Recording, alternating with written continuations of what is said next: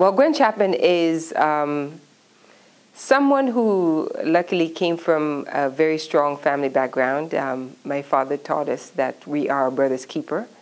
And so we've always had the idea of looking out for each other and trying to do whatever we can to make our community, our world a better place. So in a nutshell, I think if I have to define myself, I would say I'm someone that cares a lot about my fellow human beings, and I try to do whatever I can to make sure and ensure that they are doing well and that our community is growing and developing into the great people and the great community that we're supposed to be.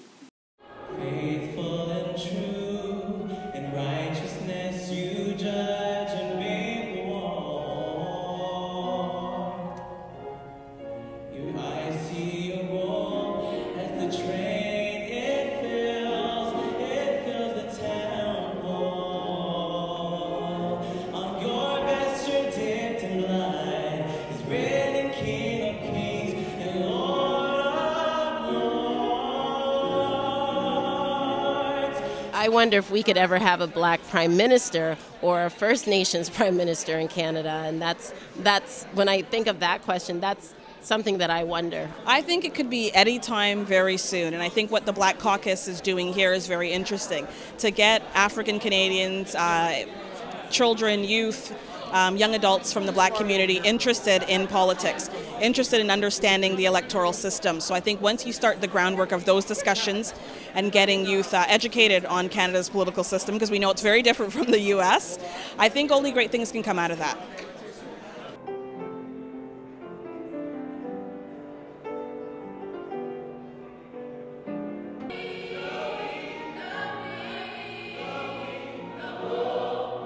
Young people at a certain time, they are more apt to change, and change for the better or change for the worse.